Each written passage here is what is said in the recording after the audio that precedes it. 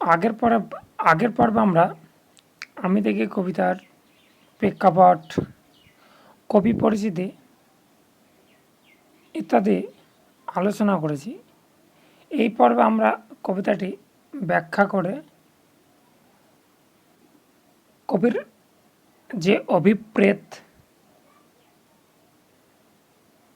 সেটি আমরা বিস্তারিতভাবে বিশ্লেষণ এবং আলোচনা করব। কবিতার প্রথম স্তবকেই কবি গাছের প্রয়োজনীয়তার কথা বলেছেন, যেখানে গাছ এনে বাগানে বসাবার কথা বলেছেন। কবির সবথেকে দরকার বেশি হচ্ছে যে গাছ দেখা এবং শরীরের পুষ্টিকর খাবার হিসাবেও যেন সবুজের দরকার। গাছ তুলে আনো, বাগানে বসাও, আমার দরকার শুধু গাছ দেখা, গাছ দেখে যাওয়া, গাছের সবুজটুকু শরীরে দরকার, আরোগ্যের জন্য ওই সবুজের ভীষণ দরকার। অর্থাৎ গাছের যে গুরুত্ব, গাছের যে প্রয়োজনীয়তা, সেটি কিন্তু শক্তি চট্টোপাধ্যায় এই স্তবকে বলতে চেয়েছেন। গাছ তুলে আনো, বাগানে বসাও। অর্থাৎ কবিতার শুরুতেই কবি যেন পাঠক তথা মানুষের কাছে আবেদন জানিয়েছেন। তিনি মানুষের উদ্দেশ্যে গাছ তুলে এনে বাগানে বসাতে, অর্থাৎ গাছ লাগানো বা বৃক্ষরোপণের কথা বলেছেন।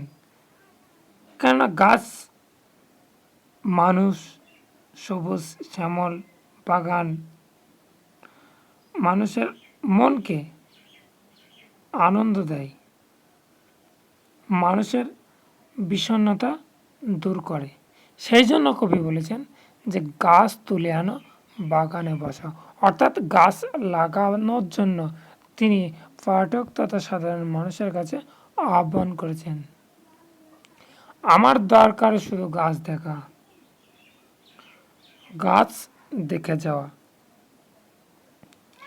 এখানে আমার বলতে কবিতার কথক তথা কবি শক্তি চট্টোপাধ্যায় নিজের কথা বলেছেন। দরকার বলতে আমরা জানি প্রয়োজন। কবির শরীরের জন্য, বেঁচে থাকার জন্য গাছ দেখার প্রয়োজনীয়তা অনুভব করেছেন। শহর জীবনের ক্লান্তি, একঘেয়েমি, অবসন্ন বা বিষণ্ণতা অনুভব করেছেন। শহর জীবনের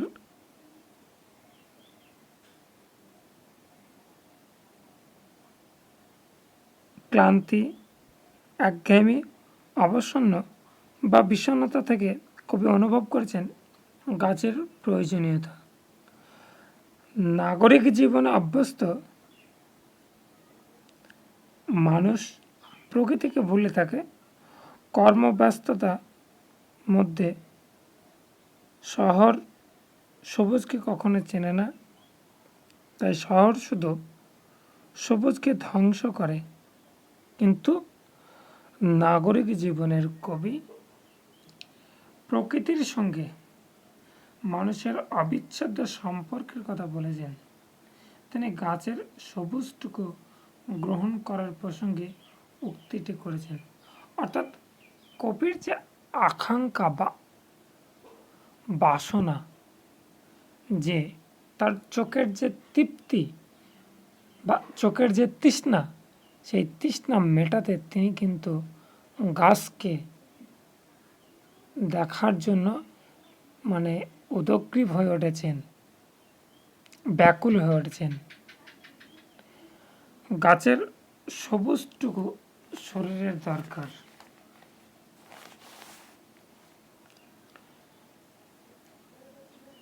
সাধারণভাবে আমরা জানি যে মানুষ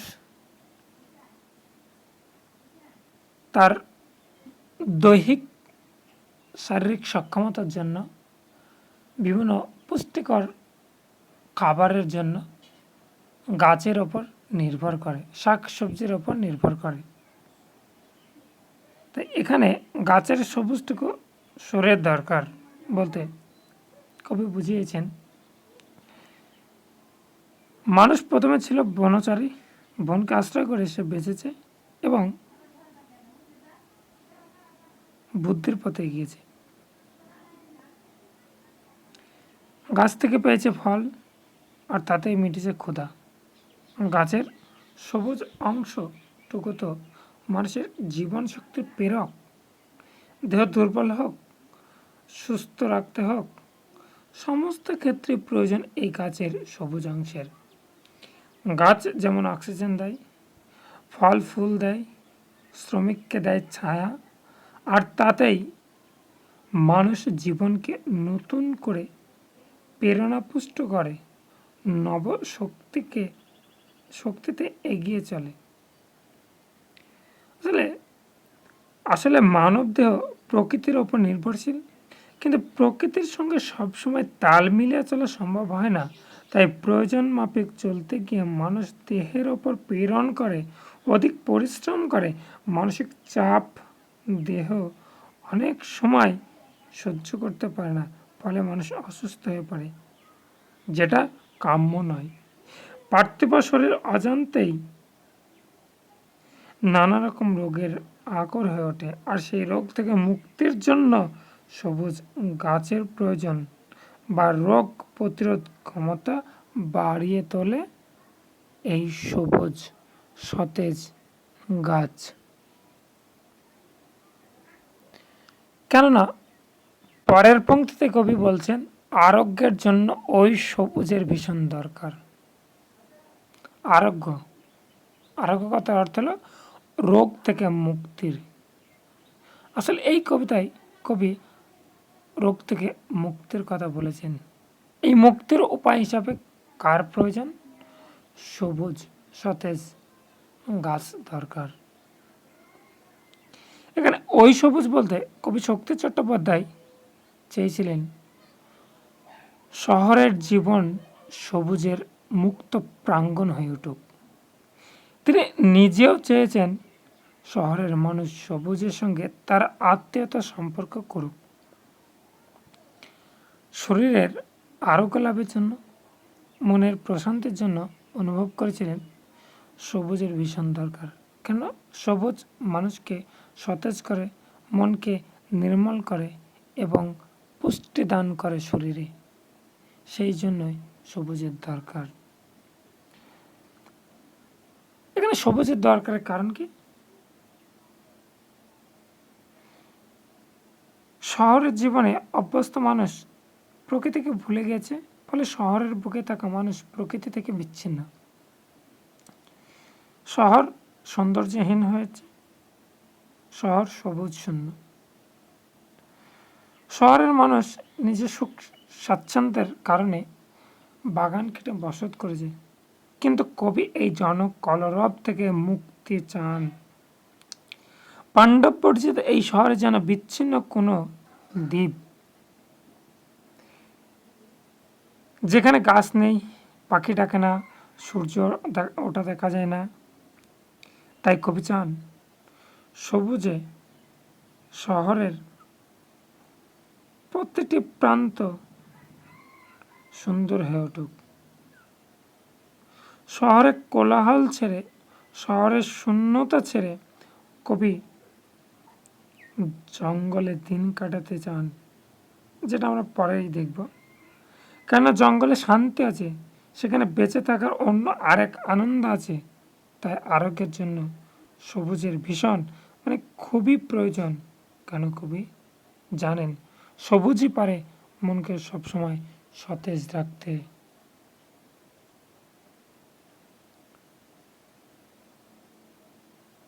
অর্থাৎ প্রথম স্তফাকে আমরা দেখলাম মানব জীবনে শুধুমাত্র বেঁচে থাকার জন্য নয়, কার্বন ডাইঅক্সাইড অক্সিজেন গ্রহণ করা, কার্বন ডাইঅক্সাইড ত্যাগ করা, এই যে আদান প্রদানের ক্ষেত্রে নয়, মানব দেহের পুষ্টিকর খাবার, মানব মনকে সতেজ রাখা, সমস্ত দিক থেকে যে গাছের প্রয়োজনীয়তা, সেই প্রয়োজনীয়তার কথা কিন্তু কবি বলেছেন। এবার দ্বিতীয় স্তবকে কবি বর্তমান সময়ের সঙ্গে প্রাচীনকালে এই যে দুই সময়ে গাছের যে গুরুত্ব, সেই গুরুত্বটা কবির দৃষ্টিভঙ্গিতে ফুটে উঠেছে। তিনি বলছেন, বহুদিন জঙ্গলে কাটেনি দিন, বহুদিন জঙ্গলে যায়নি।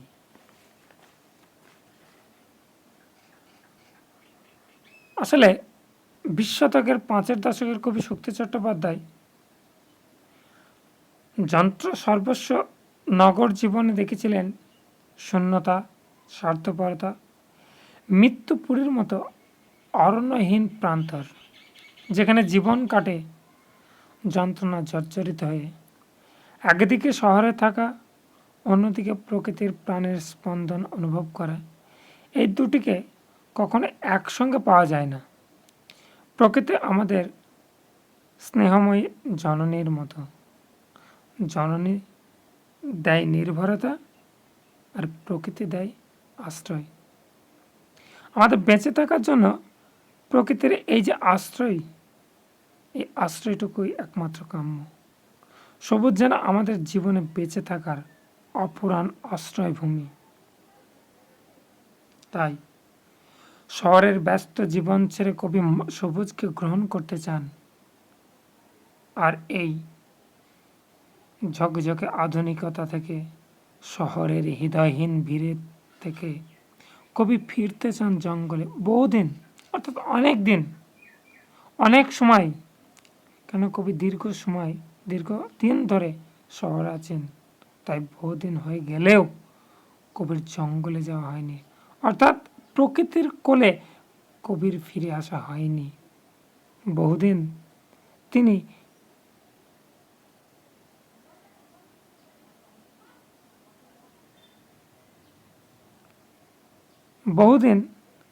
তার জঙ্গলে না যাওয়ার জন্য শরীর আর মন উভয়ই অসুস্থ।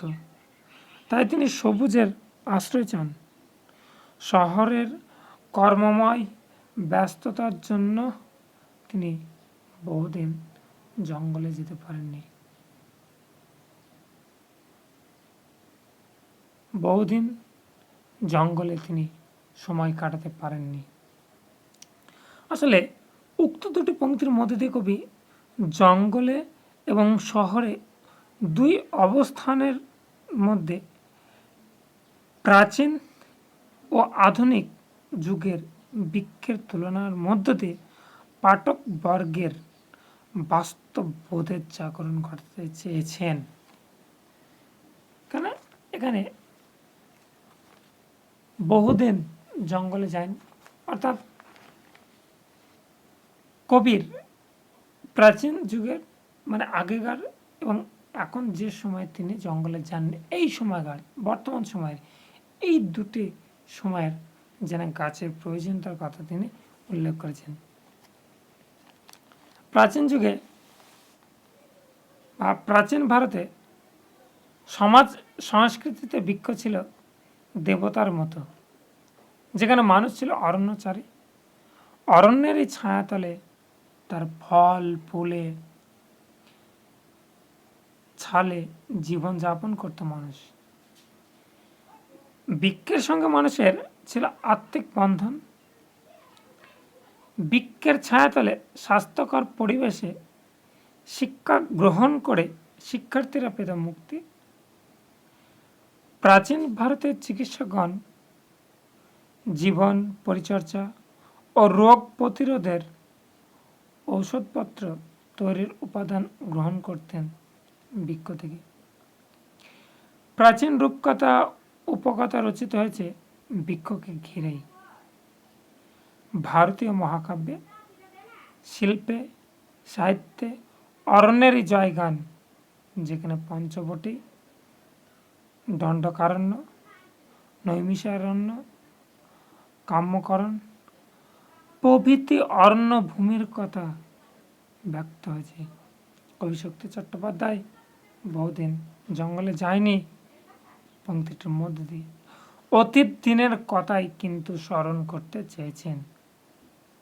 আর বর্তমান সময়ের অর্থাৎ আধুনিক যে সময়, সেই সময়ের ক্ষেত্রে কি বলছেন, মানুষ এখন সভ্য বিজ্ঞান প্রযুক্তিতে উন্নতির শিখরে পৌঁছেছে। অর্থনৈতিক স্বাচ্ছন্দ্য মানে বজায় রাখার জন্য অর্থনৈতিক স্বাচ্ছন্দ্য আরো চাহিদা পূরণ করার জন্য গড়ে উঠেছে নিত্য নতুন অট্টালিকা। যে বৃক্ষ মানুষের প্রথম যানবাহনের উপকরণ ছিল, প্রযুক্তি নির্ভর যানবাহন এসে মানুষকে ভুলিয়ে দিল তার কথা। তাই শুরু হলো অরণ্য নিধন, গড়ে উঠেছে নানান অত্যাধুনিক প্রযুক্তি নির্ভর কলকারখানা। তারই ফলে বায়ু দূষিত হয়ে মানুষ নিত্য রোগাক্রান্ত হচ্ছে। কবি শহরের দূষণে শঙ্কিত। তিনি চান সুস্থভাবে বাঁচার জন্য মানুষ বৃক্ষ সম্পর্কে সচেতন হয়ে উঠুক। মানুষ সামান্য জায়গা পেলে সেখানে যেন গাছ লাগান, তার উদ্যান ভরে উঠুক সবুজের মেলায়। কবি উক্ত পংক্তিটির মধ্য দিয়ে মানুষের হৃদয়ের কাছে তারই বাস্তব বহিঃপ্রকাশ ঘটাতে চেয়েছেন। পরের পংক্তিতে কবি বলছেন, শহরের অশোক হা করে কেবল সবুজ খায়।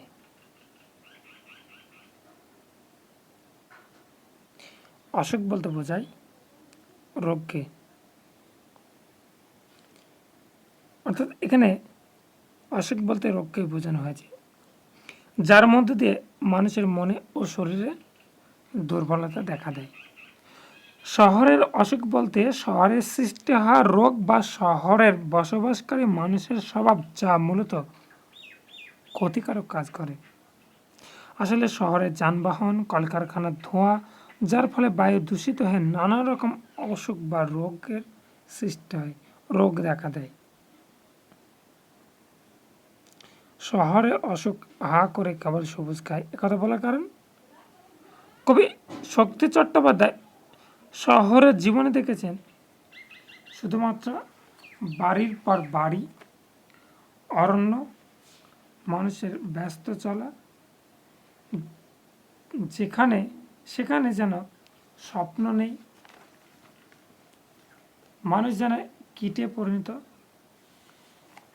বিভিন্ন রোগের কারণেই কবির হৃদয় এক অবসাদে জেগেছে। বৃক্ষহীন শহর যেন মরুভূমির মতো, যেখানে দূষণের কারণে মানুষের বেঁচে থাকা দায়। শহর শুধু সবুজকে ধ্বংস করে, যার ফলে মানুষ বিভিন্ন ব্যাধিতে আক্রান্ত হয়। এ যেন একালের বৃক্ষনিধন যজ্ঞ। তাই কবি এমন কথা বলেছেন। আসলে প্রলোভন আর হিংসা জাঁকিয়ে বসে শহরের বুকে। মানুষ নিজের স্বার্থে শুধু গাছ কেটে বসত তৈরি করে, ফলে অদ্ভুত এক আতঙ্কিত দুঃস্বপ্নের দিকে এগিয়ে চলে শহরবাসীরা। হৃদয়হীন শহর থেকে উচ্ছেদ হয় সবুজ, অথচ গাছের ওই সবুজ শরীরের দরকার। সবুজ ছাড়া মানুষের অস্তিত্ব ভাবাই যায় না। একজন সংবেদনশীল মানুষ হিসাবে কবির মন সবুজের সমারোহ আনন্দ পেতে চায়, কিন্তু চারিদিকে বিস্তীর্ণ মরুর মতো বৃক্ষহীন দেখে কবি অনুভব করেন এ শহর যেন রাক্ষসের মতো সবুজকে খেতে চায়, আর এই সবুজ ভক্ষণ করার জন্য যেন শহরের অসুখ, যা শুধুই সবুজ ভক্ষণকারী বা সবুজকে ভক্ষণ করা। সবুজের অনটন ঘটে। শহরে অশোক হা করে কেবল সবুজ খায়, সবুজের অনটন ঘটে। সবুজের অনটন ঘটে কথার অর্থ হলো গাছের অভাব দেখা দেয়। অনটন মানে অভাব। শহরের প্রসারের সঙ্গে সঙ্গে সবুজ নষ্ট হতে থাকে। একসময় রূপসী বাংলা থেকে হারিয়ে যায়।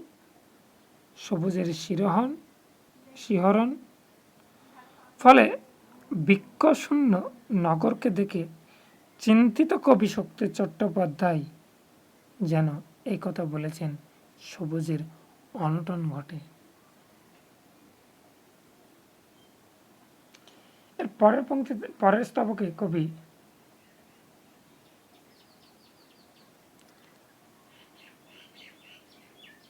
গাছের প্রতি কবির যে ভালোবাসা, কবির যে আন্তরিকতা, সেই আন্তরিকতার বশে, সেই ভালোবাসার বশে পাঠক তথা সাধারণ মানুষের কাছে তিনি নিবেদন করেছেন যে গাছ এনে বাগানে বসাতে, অর্থাৎ বৃক্ষরোপণের জন্য গাছ লাগাতে। দেখো, সমগ্র কবিতায় গাছের কথা বলেছে, কিন্তু কোন ধরনের গাছ, কোন প্রকৃতির গাছ, সেটা কিন্তু কবি বলেননি। আসলে কবি এখানে গাছের মধ্য দিয়ে কিন্তু প্রকৃতপক্ষে প্রকৃতির সবুজের সমারোহ ঘটাতে চেয়েছেন, বৃদ্ধি ঘটাতে চেয়েছেন। দেখো কবি কি বলছেন, তাই বলি গাছ তুলে আনো, বাগানে বসাও, আমি দেখি। এখানে তাই বলি শব্দটি ব্যবহার কারণ কি? এখানে তাই বলি শব্দটি ব্যবহারের কারণ হলো, গাছ যেহেতু মানুষের প্রাণ, গাছই মানুষের আশ্রয়দাতা, অথচ সেই গাছই মানুষের কাছে নির্বিচারে অবহেলিত, উপেক্ষিত হয়ে কাটা হয়ে যাচ্ছে। কবি শহরবাসী হয়ে বুঝেছেন শহরের বুকে মানুষের জীবনের পরিণতি ক্রমশ কত দ্রুত ভয়ঙ্কর হয়ে উঠছে, কত রকমের রোগ মানুষকে আক্রমণ করেছে। কবির চোখে শহরের এই ছবি যত দৃশ্যমান হয়েছে, ততই তিনি হয়েছেন আতঙ্কিত। তাই উদ্ধৃতাংশে সতর্ক বার্তা দিতেই কবি তাই বলি শব্দটি ব্যবহার করেছেন।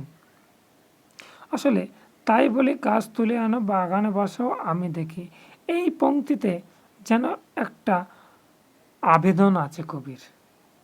কাদের প্রতি? পাঠকের প্রতি। কাদের প্রতি? সাধারণ মানুষের প্রতি। কেন?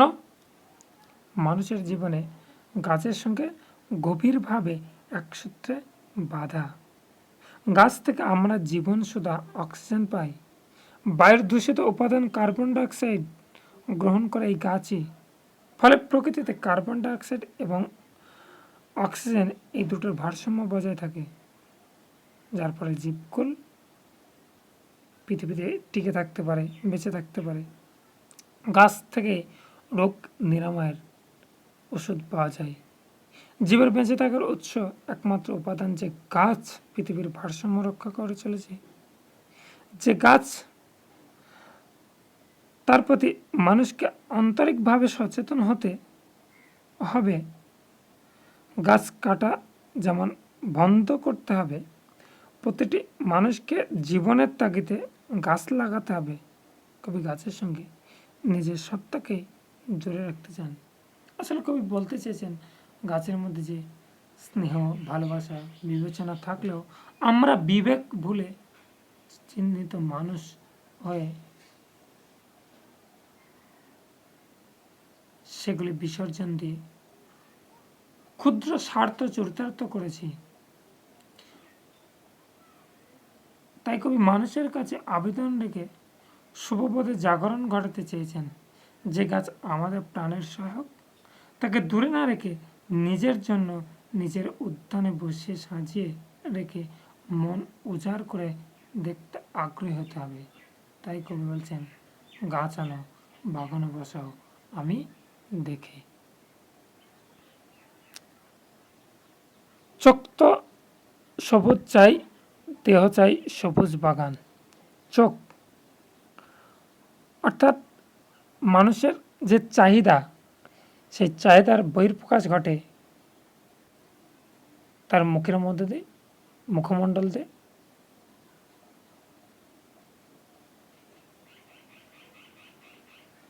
তাই এখানে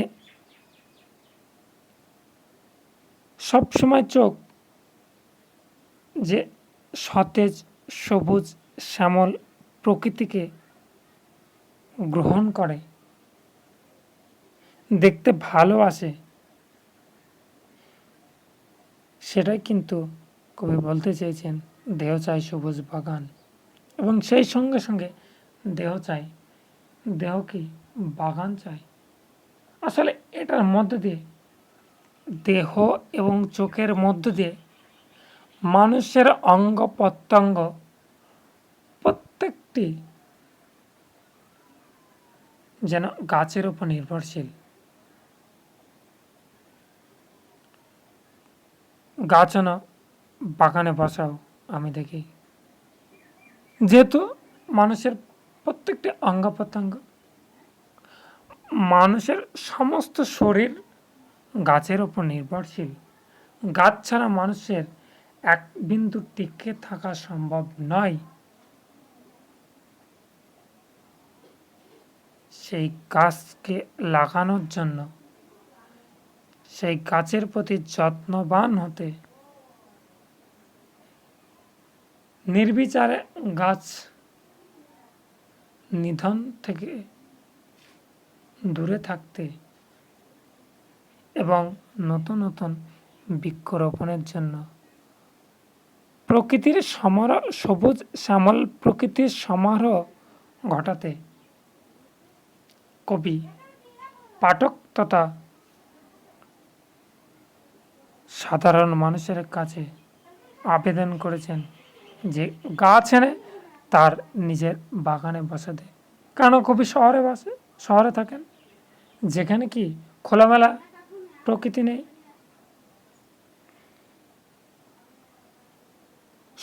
সবুজ শ্যামল প্রকৃতির সমারোহ ঘটাতে চেয়েছেন। কবি গাছের প্রয়োজনীয়তার কথা ভেবে মানুষকে গাছের প্রতি যত্নবান হওয়ার কথা বলেছেন।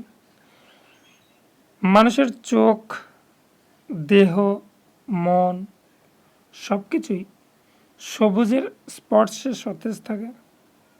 গাছের জন্যই রক্ষা পায় মানুষ। তাই তিনি গাছকে বাঁচিয়ে রাখতে নতুন করে গাছ লাগিয়ে মানুষ নিজেদেরকে রক্ষা করে প্রকৃতিকে এই পৃথিবীতে টিকে রাখতে বদ্ধপরিকর হোক, এই প্রত্যাশাই জানিয়েছেন। যাক, আশা করি তোমরা হয়তো কবিতাটির বুঝতে পেরেছ। যদি কারো কোথাও বুঝতে অসুবিধা হয় তাহলে আমাকে জানিও। এই কবিতায় বেশ কয়েকটি লাইন ইম্পর্টেন্ট, যেগুলো আমি বলছি। গাছের সবুজ শরীরের দরকার, আরোগ্যের জন্য ওই সবুজের ভীষণ দরকার। Very very important line. আরেকটা হচ্ছে তোমার, শহরে অসুখ হা করে কেবল সবুজ খায়, সবুজের অনটন ঘটে। মানে ভেরি ভেরি ইম্পর্টেন্ট। প্রথম স্তবকের শেষ দুটি লাইন, দ্বিতীয় স্তবকের শেষ দুটি line very very very very important.